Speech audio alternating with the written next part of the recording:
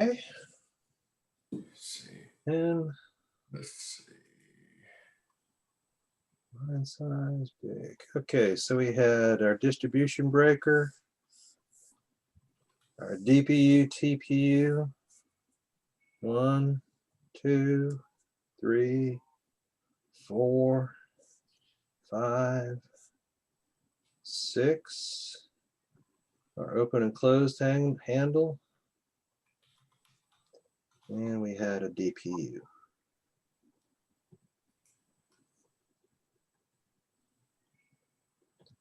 Well, that's cool stuff inside of it. Okay, so we're back at it here. We're back recording. Once again, just total 6 total in the breaker. Phase relays open and close. Phase relays, sorry about that, open only. A, B, C, and G. All right. R relay or reclosing only closes.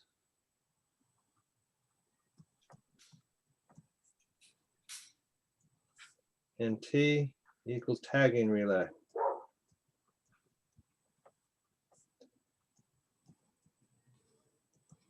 Okay.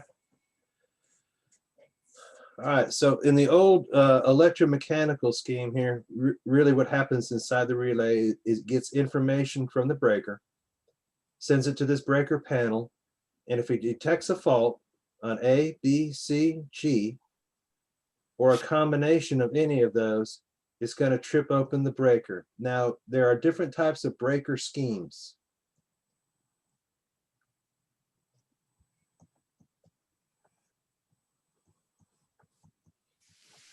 The most popular is the first trip. So the first open is going to be I. I equals instantaneous, and that's why we discussed it before.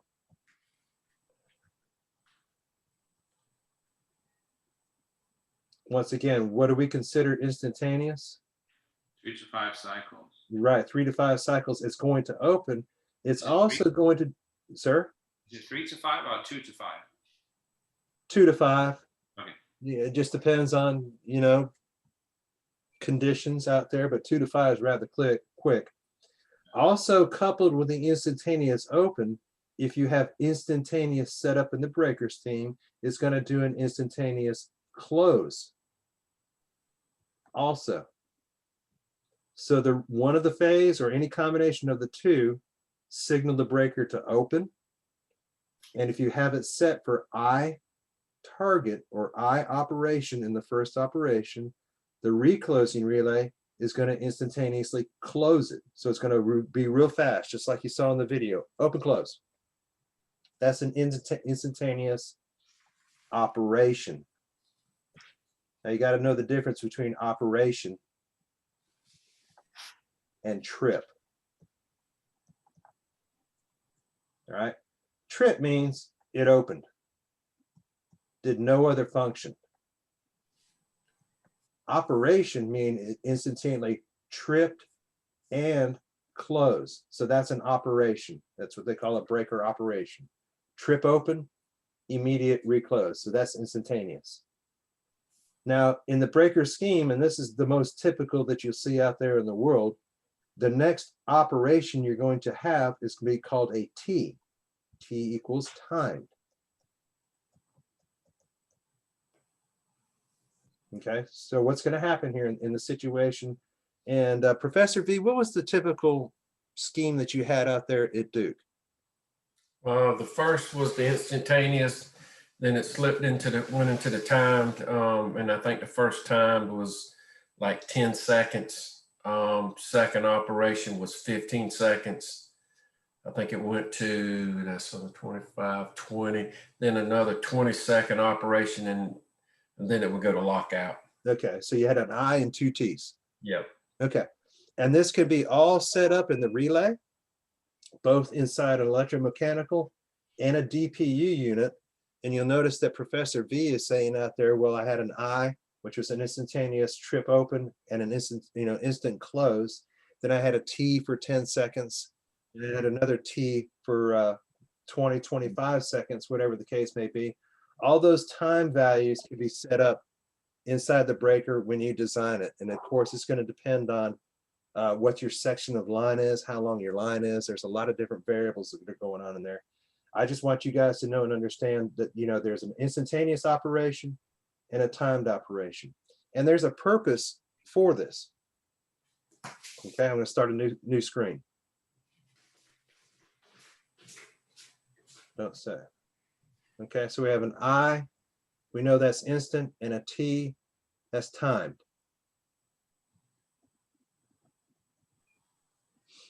So in a breaker, what they call a full cycle, when it goes to a lockout, when the reclosure doesn't work anymore, the purpose of the breaker and its intention is in these schemes, the different types of one, we're going to work on one I, two timed.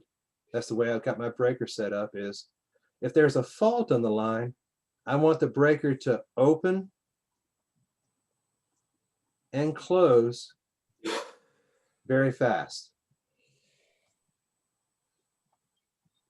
And our hope is here, maybe it was a lightning strike, or maybe it was an animal or a limb that fell away, and the fault cleared itself. If it did not clear itself, then it's going to go to a timed operation. So the breaker is closed, it's going to reopen and wait. Would you say your time was? 10 seconds. It's going to wait 10 seconds. So your power is going to be off for 10 seconds.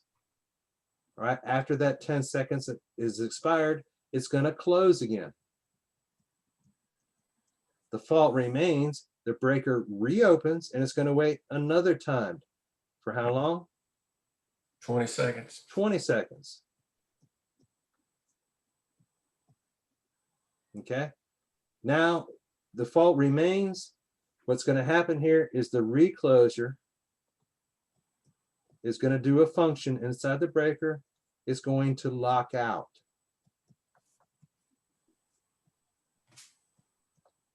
And that is a Lyman electric utility term. Mhm. When your reclosure is in lockout, it's going to take some type of human intervention. All of this is happening automatically inside the breaker. It's doing its work by itself. When the reclosure has gone to lockout, it's going to take some type of human intervention. Power is off. So linemen are going to be called out. They're going to have to patrol the circuit, fix whatever the problem was. All right, then the dispatcher is going to have to reset the reclosing relay, and we get to start this process all over again. Now, hopefully, you don't want to be operating a breaker a bunch. Instantaneous trip, trip, instantaneous trip, trip. You're going to have to go out and do a patrol inspection and find the problem.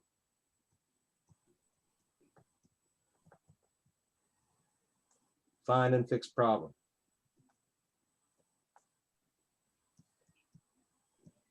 Once all of that is complete and you're done with that, now you can just call your dispatchers back. They reset the reclosing relay, close the breaker manually. They have to do it by SCADA. If you have to do it inside the breaker yourself, you'll get instructions how to do that, or your supervisor will do that. And then really, you're just back to normal. You fixed everything and the breaker's working back correctly. So this here, guys, just to give you a heads up, is just one scheme. There are multiple schemes out there in the world. Know what scheme your distribution system uses. So if you go to work for Duke Energy, Professor V has already come out with one instantaneous and two timed. So let's put it like this. The breaker is doing its normal function and a power line falls to the ground. What are your expectations when that power line's falling on the ground, falling and sitting there arcing on the ground? What's going to happen? You're going to get what? One instantaneous. It's going to open and close real fast. Okay. All right. It detects a fault again real quickly. It's going to reopen. But guess what? It's just laying on the ground for how long? 10 seconds. 10 seconds. Well, people think that, it's not doing anything. I can approach it now, right? Negative. Negative. You cannot. What's the breaker going to do? It's going to close back It's in. going to close again. All right. It's going to immediately reopen because it recognizes a fault. And guess what? It's going to lay it on the ground for what? 20 seconds. Another 20 seconds doing nothing. All right. It's going to close again, detect a fault, and then it's going to go to lockout. Okay. I'm not going to do any more. So here are some major terms out there. If you see one on the ground, obviously, if you see wire burning on the ground and it's operating a breaker, call the dispatchers and say, I need you to open the breaker up and just leave it open. It's something that's not going to fix itself. Right? You have that capability, even as a line technician see. If you see a dangerous situation or you see a power line on the ground, give them a pole number that's close by and tell them to open that circuit up. But do be in your expectations out there that if that breaker is still in its normal scheme, is still doing its automatic operations, that it can lay there on the ground de-energized for a portion of time and then become re-energized. Remember the safety videos of the guys that we saw that got in car accidents and they're in the car? Mm-hmm. What'd they tell you to do if the car was not burning? Stay in the car. Stay in the car. Stay in the car. And I mean, 30 seconds in a car with a power line burning up on it is not fun. Don't get out of the car because you could come in contact with the power line that's on it and be electrocuted. You think everything's hunky-dory for 10, 30 seconds. It is not. That breaker is still doing its functions. Okay. New screen.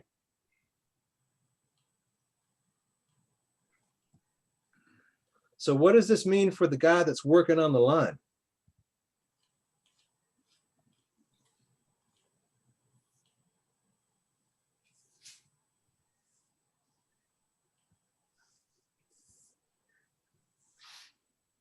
My man's up here in a bucket truck.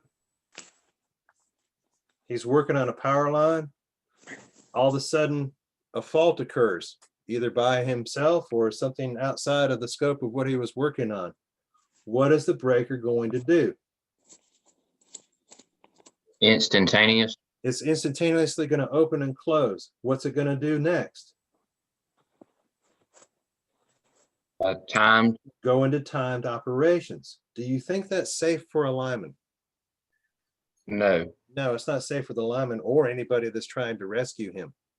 So there is a safety feature that you're going to get every time that you work on a power line, both overhead and underground. It's called an HLWP by our terms. What was it called at Duke? Hotline tag, HLT. HLT. Some linemen call it a one shot. Yeah.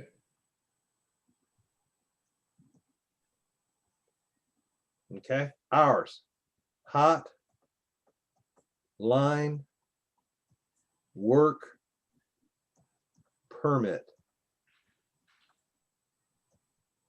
Anybody in Santee Cooper, a meter reader, office worker, a lineman that starts on his first day, anybody can get a hotline work permit. It's included in all the contractors. Professor V's hot line tag.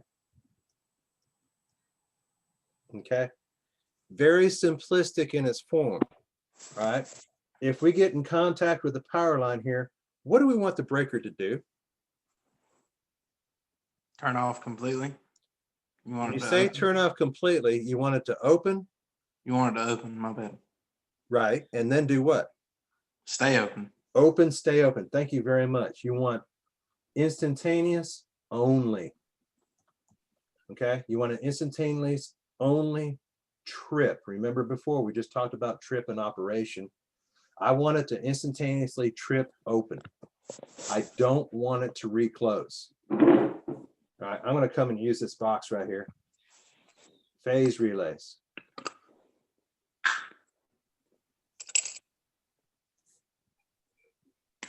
And we're gonna focus on the R relay right down here. What's the R relay? What does it do? Recloses. Reclose. Recloses. It's simplistic in its nature, gentlemen. We want A, B, C, and G to do their function. And what is their function? As far as the breaker is concerned, it does what? Trips. It trips open. What does a reclosing relay do? Closes. Okay, so when you call your hotline, when you call your dispatcher and you ask for a hotline work permit or a hotline tag or a one shot, the simple thing in this nature is the reclosing relay is turned off.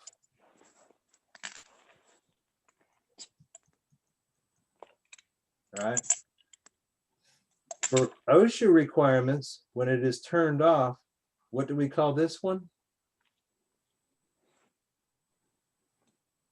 The tagging relay.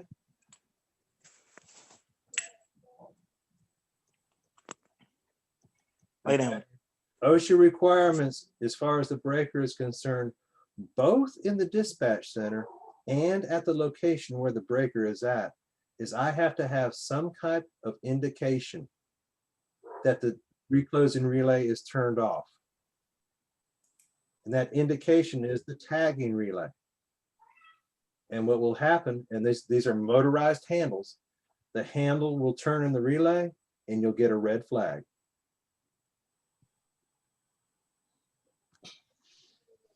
Okay, that'll tell you that the reclosing relay is turned off. So that's a visual confirmation inside the breaker.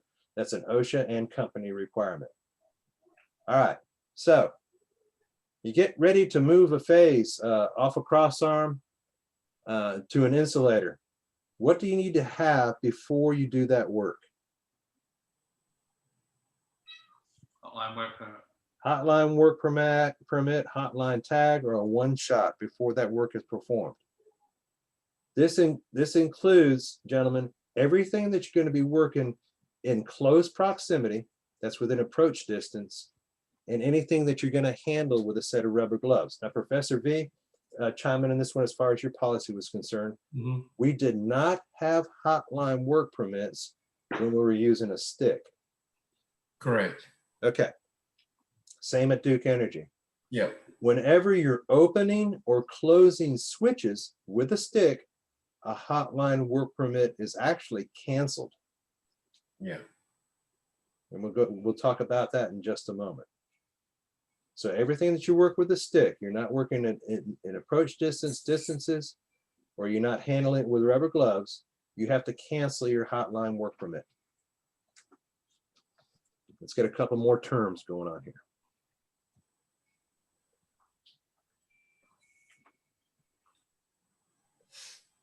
Manual and automatic.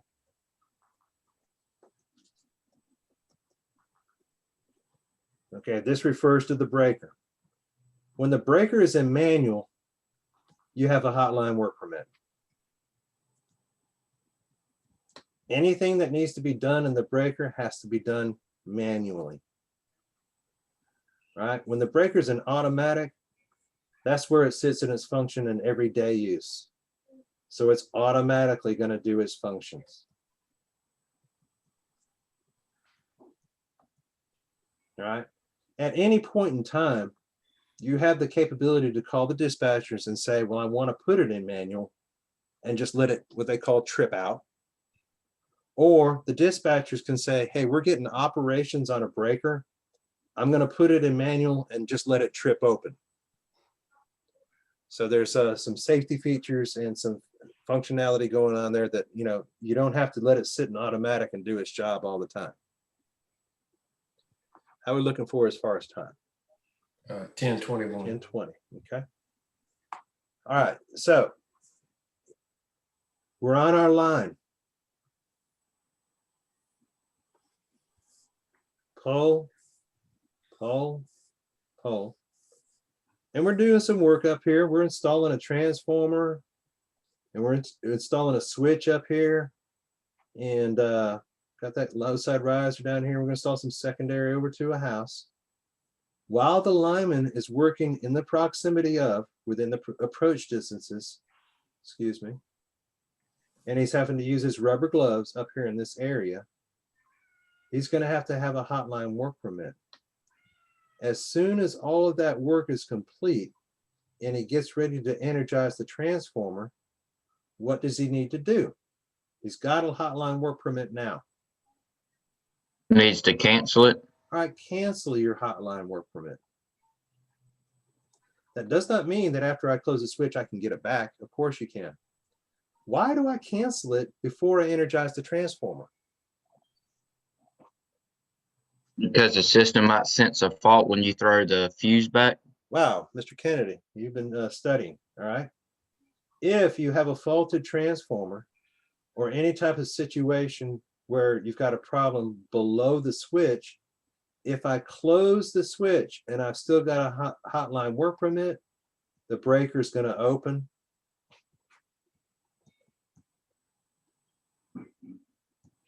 And not reclose. So the fuse on a switch is actually taking everybody on that feeder circuit and they don't have power. Not a good thing. If I have given up my hotline work permit and I close the switch, the fuse will blow. But I'm back in automatic. It's going to do the eye open and immediately do what? Close. Close. And then all the power stays on for the people in all my feeder circuit. That's the purpose of why you cancel a hotline work permit when you're closing switches, especially fuse switches and capacitor banks. Was there any other type of different practice that you had, Professor B? Same thing what you guys did. Same thing. Okay. All right. And yeah, the reason I like you guys to know this is, especially if you get on a two-man service truck, or if you're working on a crew that's short-handed, typically the person that gets the hotline work permit is the guy on the ground. The man in the air that's working, you're the line tech C. The man in the earth that's working in the air, he's got to be concentrating on the work he does. He's not going to be on and off the radio all the time.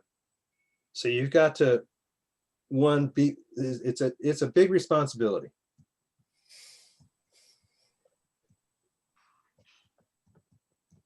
But it's going to be one that's expected of you. Okay. So you've got to keep your eye on him. Hey man, you getting ready to close the fuse? Yes. Well, I need to cancel my hotline work permit, stand by. Or are you going back up there to do more work? He's going to say yes. Well, I need to get my hotline work permit back. All right. As far as obtaining the hotline work permit, how do I get it? I'll dispatch. Call in dispatch. Yeah, call in dispatch. Call in a dispatch. If you're not 100% sure of what location you're at, give them a pole number or a transformer number. Almost all, well, I would say almost all of the work requests we received had the breaker that you were working on. All right. That comes along with one big responsibility right here, and that is communications. Yep. So a hotline work permit, I was thinking it was something else, but you're saying it's an automated thing in the system as far as dispatch is concerned, where they protect the circuit. Yeah, I'll show you right here on the bottom. Remember our relays? My version of the hotline work permit that I know of is paper and tags. So it's just completely different. Yeah, we're going to use SCADA. And SCADA's going to, we're going to call the dispatchers and say, I need a hotline work permit on breaker A out of Singleton Ridge. And then they initiate it, and then it actually does something in the system. Yep, that sends SCADA's going to send out a radio signal to that substation. Okay. And it's going to go to this specific breaker. And it really is a function, an electromechanical function that you see. Right. As soon as the signal is sent, a handle turns right here and a red flag comes up. Okay. Okay. As soon as this handle turns, it turns the reclose and relay off. Okay. I can't close anymore. And that's a simple functionality of it. Is that the only reason for that function? Like that's the only way you could do that through the hotline work permit? Through SCADA? Yeah. No. You can actually, if you lost SCADA or you don't have that capability, maybe your company doesn't have that capability, you're going to call the dispatchers on the radio and tell them, I need a hotline work permit on breaker A. All right, he's going to tell you, I need you to turn the tagging relay on. It's kind of strange. When you turn the tagging relay on, you'll get a red flag right here, and that automatically turns the reclosing relay off. So that would be something that they would do in person. In person, yes. Okay. Now you can do it manually or you can do it by SCADA. Okay. Okay, yeah, good, great questions that are going on right there. Good questions. All right. Now this is, One more quick question. uh-huh. Whenever, like you were saying, if you were working with somebody else and they were a Class A lineman and you were a C groundman, and just say they went up there, they had the hotline work permit and they got popped or whatever, then obviously you go into pole top rescue mode, or what would kind of be your first reaction? Yes, okay. So say they went up there and it's kind of comparison to the same thing that we did when we saw pole top rescues as far as climbing part. All right, as soon as you see something happen up there on the pole, one thing you're gonna do is first go to the radio and say emergency, I need 911 on the radio. Confirm that the breaker is locked out. I mean, you got to get confirmation. Okay. If the breaker is not locked out, you got the guys on the radio, tell them to open it. Doesn't matter how many customers are on the circuit, you're in danger emergency mode right there. You're gonna tell the dispatchers to open the breaker. Okay, then you can go perform your rescue. Now, if a guy's up in a bucket truck, it's as simple as, using the controls down there at the bottom and bringing them down and rescue them out of the bucket truck. If you have to do the climb, then you have to take all those necessary safety features for yourself when you do the pole top rescue, just like what they talked about before. Okay. All right, thank you. Yes, sir. All right. So here's the biggie right here, guys. If you get a hotline work permit right here, and I had no problem with guys that were responsible. I knew I could trust them to know what they were doing out there. I had no problem with young line technician C's getting the hotline work permit. Here's the deal, and I told them right off the bat: if they say a fault occurs for any reason, anywhere in the circuit, that's something to remember here. My work is being performed right here. If a mile away, a squirrel gets on a pole and causes a fault, is the breaker going to open with a hotline work permit?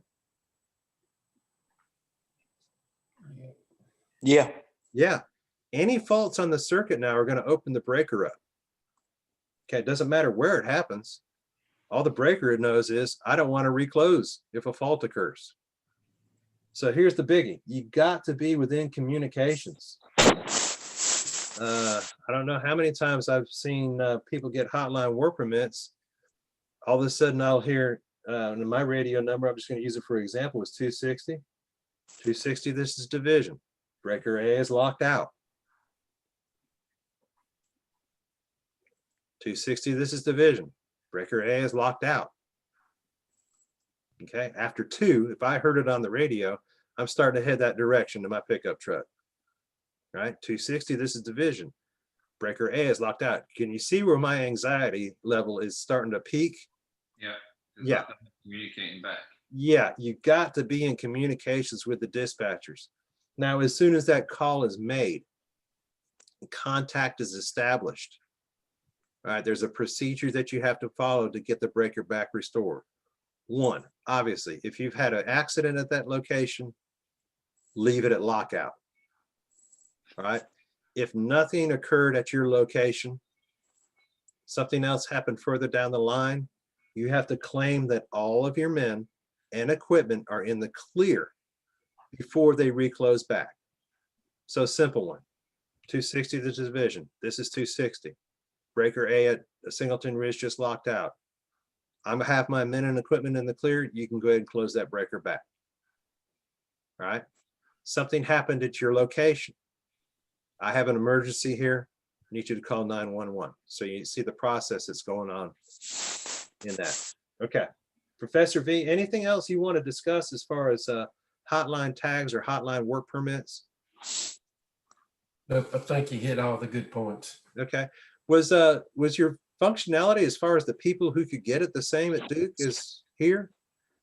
You had to actually go through had to be certified through a switching and tagging course, and that was part of it to be able to install a hotline tag.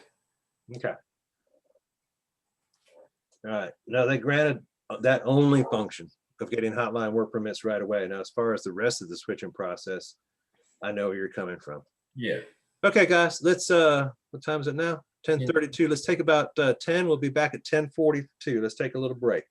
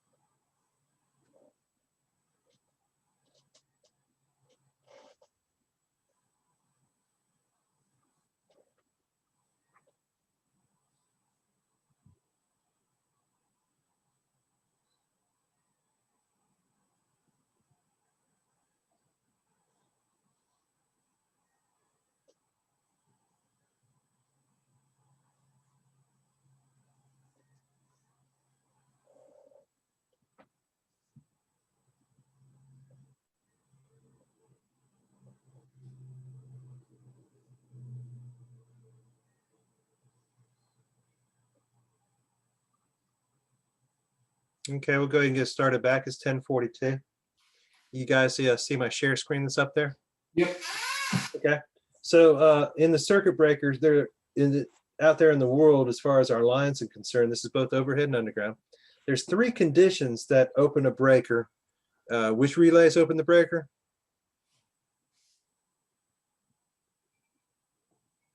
Phase relays and ground. And there's a specific reason why we have a ground relay in there. All right, so here's the 3 conditions.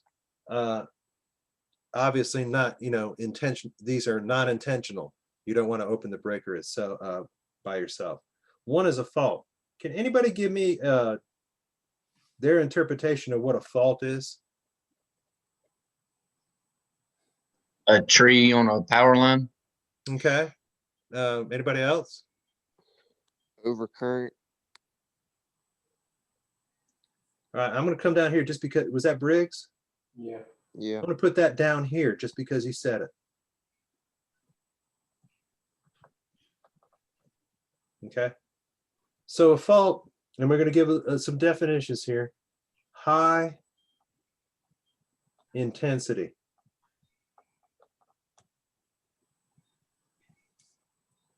High amps. Extremely high.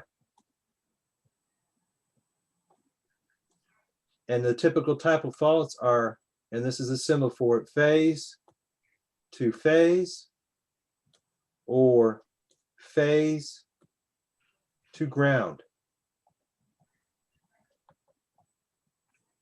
When I say high amps here in this line right here, we're talking in the 10 to 20 to 30,000 amps all in an instant. So it's really, really high in those fault type situations. All right, Briggs, because you said overcurrent, I'll ask you on this one. What do I mean by overload or overcurrent?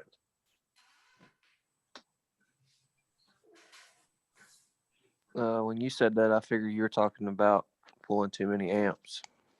Well, and you're tracking, you're doing exactly, you're answering part of that question already here. The breaker has a rating. Like a 20 amp breaker or 30 amp breaker. Yeah, yeah. So we'll go big scale. We'll go utility scale here. The rating on my breaker per phase is 900 amps. Well, what are your expectations if the phase goes to 901? What do you want the breaker to do? Trip. Right, right. Now there's of course some buffer values that are in there. Maybe they're going to say, well, 900 plus 10% or 900 plus 5%, whatever they have got going on in the breaker. No fault is happening in overload or overcurrent. You've just gone beyond the rating per phase of the breaker. So it's actually exactly what you're saying here. It's gone into overload. And there are some factors going on there. Like I said, you got a percent buffer that if you want to work with, and you're going to be working with a little bit of time too. Say, well, I don't care if it goes over to 900 to 910 for 20 seconds. I want you to disregard that. But if it stays longer than that, I want you to trip open. I just want you guys to know the difference between a fault, very high intensity, and overload, overcurrent. It's gone beyond the rating per phase of the breaker. And I just put 900 there for an example. So know the difference between the two. Now, what do I mean by phase imbalance? I draw 3 phases down here. You have an unbalanced load on the Right. different phases. Okay, so there's my 3 phases. There is neutral, right? And neutral goes where? To ground. The ground. So for an example, I'm going to put 500 amps on this phase, 481 on this phase, and 2 on that phase. Do we have a problem here? Yes. It's called what? Phase imbalance. Right? What wire does imbalance load go to? Neutral. Neutral. Okay, so it travels the neutral. Right? It's going to travel the neutral all the way to where? Ground. The substation. The ground relay in the substation. That's the one we had right here. Okay? Once that phase imbalance reaches a high enough value, what's it going to do with the breaker? Trip it. It's going to trip it open. Okay, obviously, if you look at these 3 numbers right here, 500, 481, those are pretty close together. And then you got one phase that's only putting out 2. All right, there's something going on with the line out there. It hasn't faulted, but obviously something is not going right with that individual phase. And everybody that's connected on here is 3-phase is having a problem. So the best thing to do as far as safety is concerned to all those customers' equipment is to go ahead and trip the breaker open. 3 conditions that trip it open: fault, overload, and phase imbalance. You guys out there in the world, I mean, you're going to become, and it's very important for you, especially when you're on the radio. When you're listening on the radio, and this is what you'll hear most linemen do out there in the world, they're going to get that phone call. Well, the breaker at Surfside, breaker A is tripped and it's open. Your first question should be, did it go through all of its operations? Did it work like it was supposed to? And the dispatcher replied back, well, no, I just got one instantaneous operation. So, you know, you're kind of scratching your head a little bit. Why didn't that go through all 3 operations? When you get that answer, what do you think was wrong with the breaker?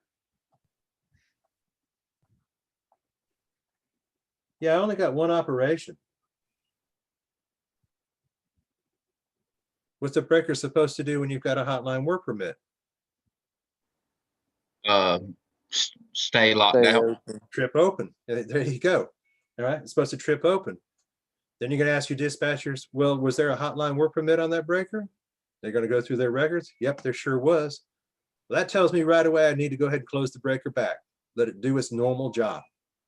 All right. And that, that has happened. I know Professor V's probably seen this before, especially when you're working long jobs. You're going to get a hotline work permit at 7 o'clock in the morning, and at 3:30 in the afternoon, 4 o'clock in the afternoon, you're going to go home. Well, guess what? Got canceled. You still got a hotline work permit. Okay. A dispatcher will check with you if he can get in contact with you at the end of the workday to make sure that you still need it. A good one will, but he's just under the assumption he's not knowing what's going on with your job out there. He's under the assumption that you're still working. So make sure that you communicate back that you want to cancel your hotline work permit. I will let you know, guys, you get a hotline work permit and you quit work for the day, and that breaker trips out overnight because you left it in with a hotline work permit on it. That's what they call an accidental outage, and you will be responsible and in trouble for doing that. So make sure communication, guys, communications is the Key. root of everything that's going on as far as what we're talking about today. Okay. Other things that you can ask the dispatcher, and this goes to the DPU units. I don't know. We'll get ready to wrap it up here. I don't know how prevalent they were on the Duke system, but the DPU units, especially in transmission, I know in transmission for Santee Cooper, would actually tell you the distance to the fault, Right. tell you how far to drive. And they could actually, I mean, they did really well in transmission, could put you to the actual structure number. And that's when you're talking about miles that are 20 and 30 miles long, to be able to go right to it with that DPU unit or TPU unit was a great, great bargain. Right. Okay, Professor V, anything else that we need to cover today that as far as the breaker is concerned? No, sir, that covers it all. Okay, any questions as far as what we've spoken about today? Okay, gentlemen, we're going to throw up a quiz today, quiz this afternoon, and it'll be on both what we discussed on Thursday, that's on a recording on YouTube, and what we've discussed today. I'll let you know when this is posted up.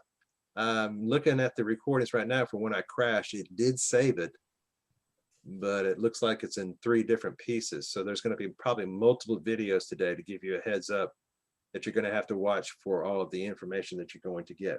Also, check your emails for school. You got a survey to fill out. Please fill out that survey today. So in your school email address, your D2L WaveNet address, you've got an email from Pam Spink to fill out a survey for the college. Please also fill out those surveys today. Any questions? If there are none, Professor V and I are going to be around here for a little bit if you need to come back. Gentlemen, have a good day. Professor Shoemaker. Stand by. We get this recording stopped.